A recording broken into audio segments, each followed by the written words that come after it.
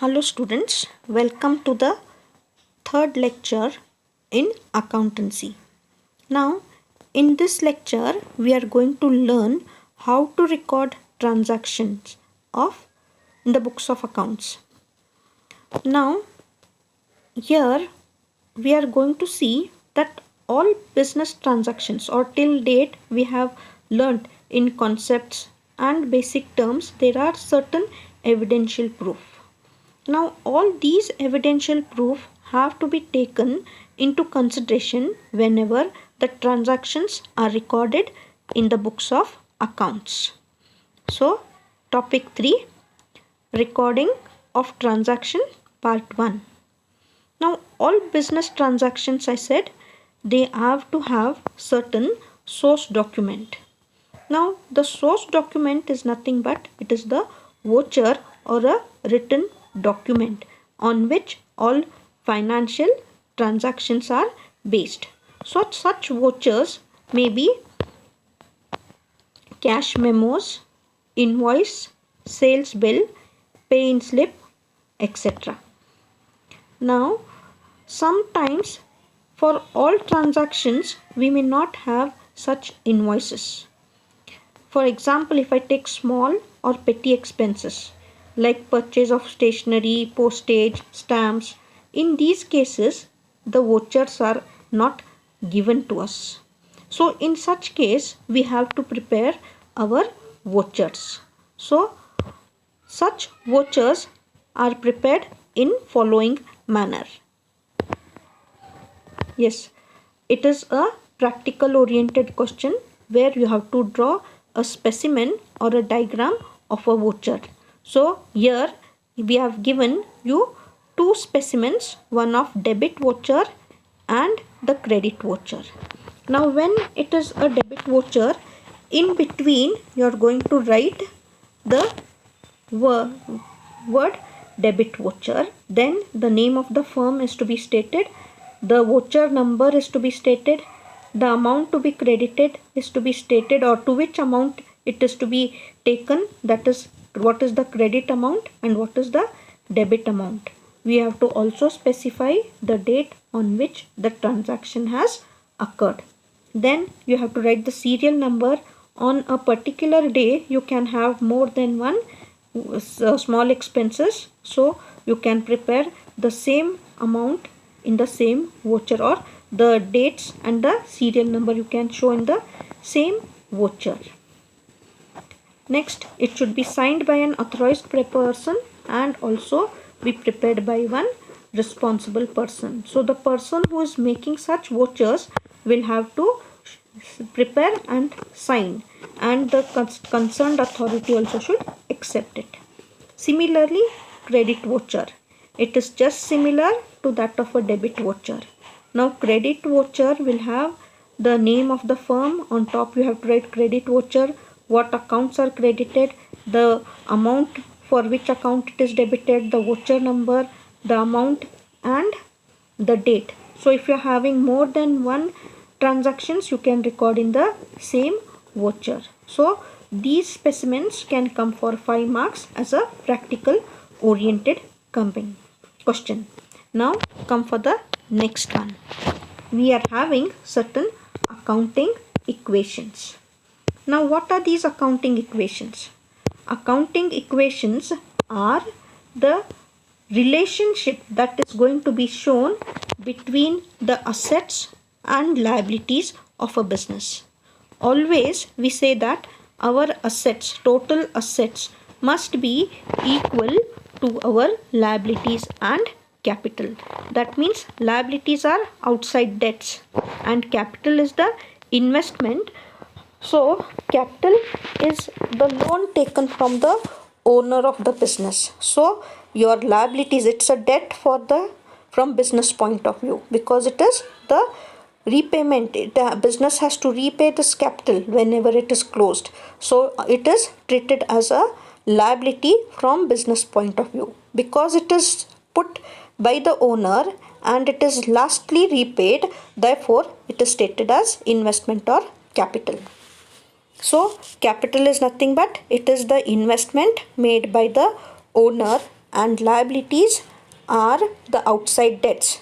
In short, we can call for, in local languages, it can be called as sala or karz. So all those will come in liabilities, whereas assets represent the assets, properties that are existing, that is asti, or we can take it as our this properties. So we can state always the equation shows the relation between assets and liabilities. So we can put it in such a manner that assets is equals to liabilities plus capital. Assets is equals to liabilities plus capital. So students, if you are unable to put in the statement, then you can just write this formula whenever the meaning of accounting equation is asked. So A represents assets, L represents liabilities, and C is representing the capital. So this formula is used when we are solving the problems. So remember, always my assets and liabilities are shown. Assets is equals to liabilities plus capital. So this particular formula is used to prepare the financial statements to know the position of business. So if two variables are known, we can easily find the third variable. So likely we can put, or based on this formula we can also state that liabilities is equals to capital minus assets, and capital is equals to assets minus liabilities. So our whole accounting equations are revolving under these three equations. Where two variables are known, it is the third variable can be easily calculated. Yes, so we'll see some problems. Yes, now we are having a problem over here. Followed, such type of problems will come for practical oriented questions. So you are having the assets, liabilities and capital. We are having two variables which are known in each column. Two figures are given in each column. One figure is having the question mark everywhere. So if I know the assets and liabilities, I can find the capital. If I know my liabilities and capital, I can find my assets. If I know my assets and capital, I can know what is my liabilities. So how this is put in form of a statement, we have to show it by doing the working note. So the question appears in such a manner. Yes, write the accounting equations, and yes, it shows write the accounting equations and find the missing figures. Followed, and find the missing figure. So I am having the solution.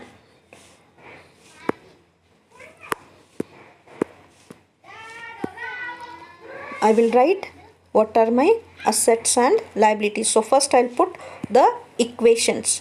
Capital is equals to assets minus liabilities.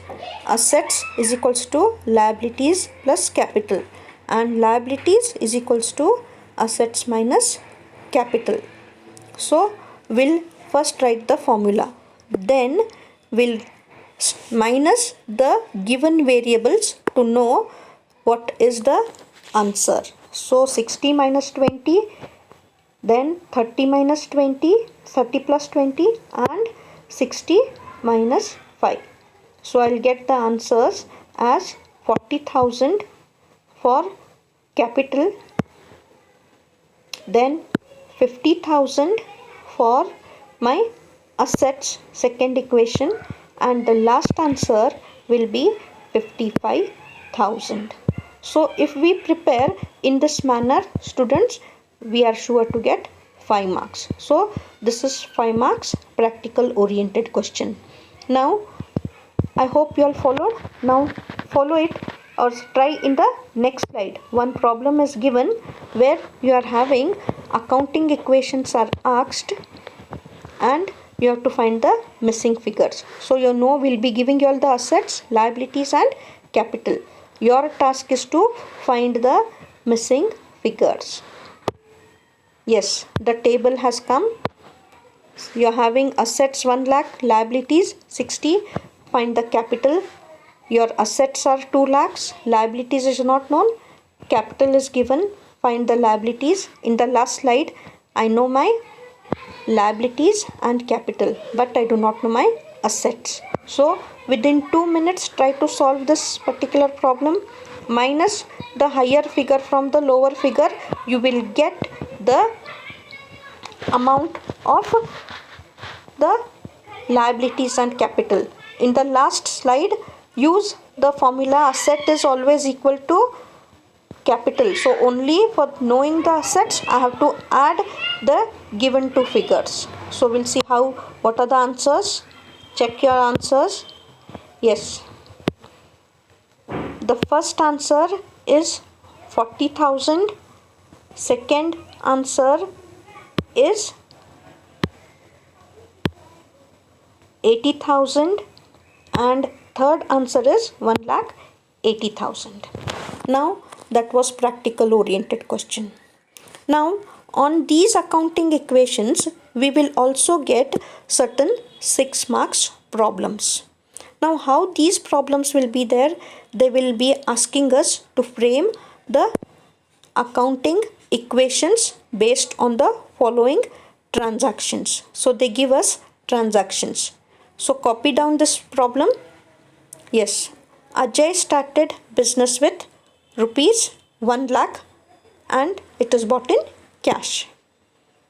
Next, deposited cash into bank rupees 15,000.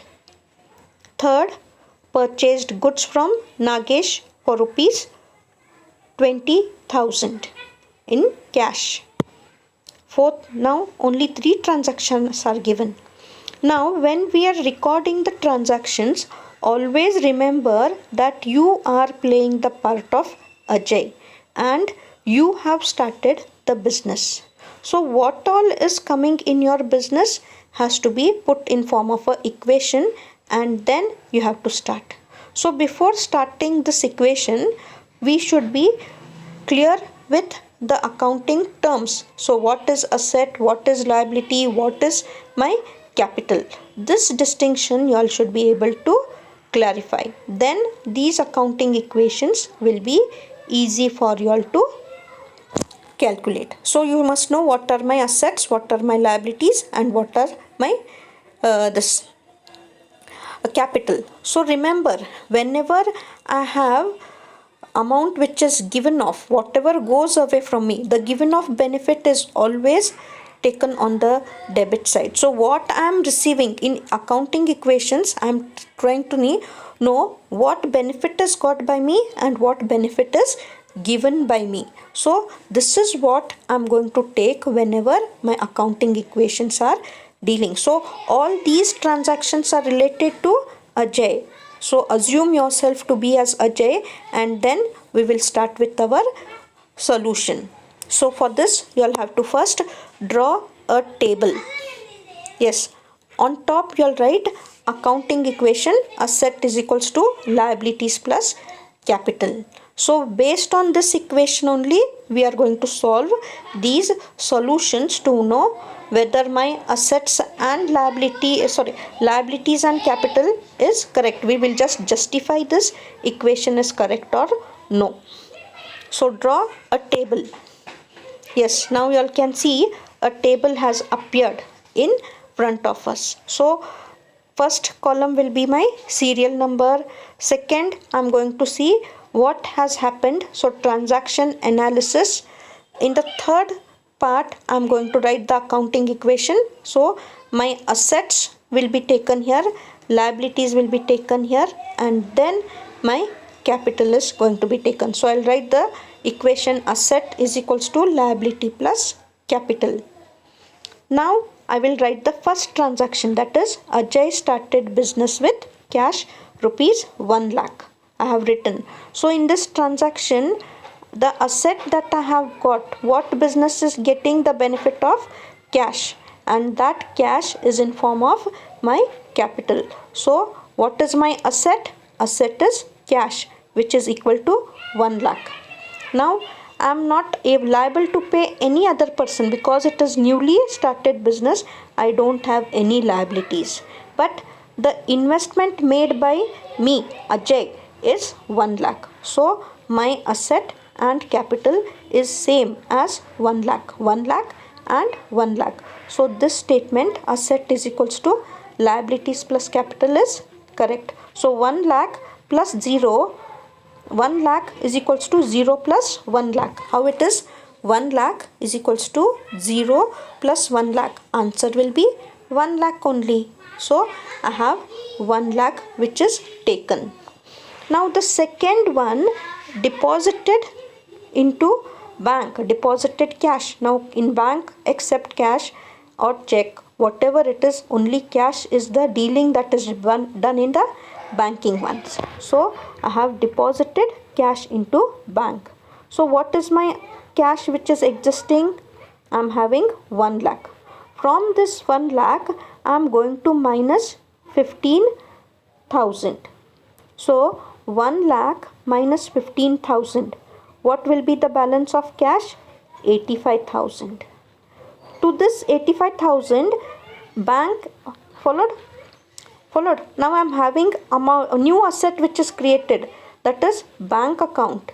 In the first transaction, bank account was not there, but when I am depositing in the bank, that means I am creating a new asset called as bank. So from 1 lakh only I am sending 15,000 in bank. So 1 lakh minus 15,000 gives me 85,000. Bank is how much? 15,000. So cash is 85,000 and bank is having 15,000. So 85 plus 15 together makes my total assets as 1 lakh, which is again equal to my capital 1 lakh. So 1 lakh is my asset, no liabilities, my capital are also 1 lakh. This 15,000 why I am deducted? Because cash is representing cash in hand, whereas in hand I am having 85,000 and in bank I am having 15,000. So my total will be 1 lakh. So why I am showing cash plus bank? That means in cash in hand is 85 and in bank my total amount is 15,000. So it is 1 lakh. So when I say deposited cash into bank means a new asset called as bank has been brought into existence or it has been created. So I will show cash plus bank. It is from this 1 lakh only I am paying 15,000. So 15,000 is deducted. Whatever is the balance is representing cash in hand and amount deposited is my asset. So together my total assets are 1 lakh and my capital also represents 1 lakh. Now coming to the third transaction, it says purchased goods from Nagesh for cash. Now when I am purchasing goods from Nagesh, that means I am paying cash of 20,000 and the amount is kept in form of goods. So I am purchasing goods from Nagesh for cash, that is 20,000. So my assets in the third transaction will be increased. So I have cash, I have already bank. Now the new asset which I am going to take is stock. Now this stock is a new asset which is created because I am purchasing goods by payment of cash. So what is my amount of cash? It is 85,000. This amount closing balance in the second transaction will be the opening balance for the third transaction. So it is 85,000 which is the amount of cash which is left. From this 85,000 I should minus the amount of purchases, that is 20,000, because I am paying cash and purchasing. So 20,000 of cash is reduced with me. So my total will be 65,000 of cash which is available. So 65,000 in bank I have not touched the amount of deposit is same. So 15,000 is the bank balance of bank which is still remaining in bank. Now I have invested in goods rupees 20,000. So my total assets will be 65 plus 15,000 plus 25. So 65 plus 75 will give me total of 9 it will give me a total of 80,000. So this 80,000 I will add 20,000. So I will get total as 1 lakh. My asset is also 1 lakh. My capital also is 1 lakh. So this is how we are going to show your amount of the total amount of assets and liabilities. So the arrow marks will be showing from where the amount of 1 lakh and 85,000 has come. So this will give the end of our today's class. In next class we will see some more problems on accounting equations. For any doubts you all can contact us or comment or message in our WhatsApp number or visit to the college after 2nd. Thank you.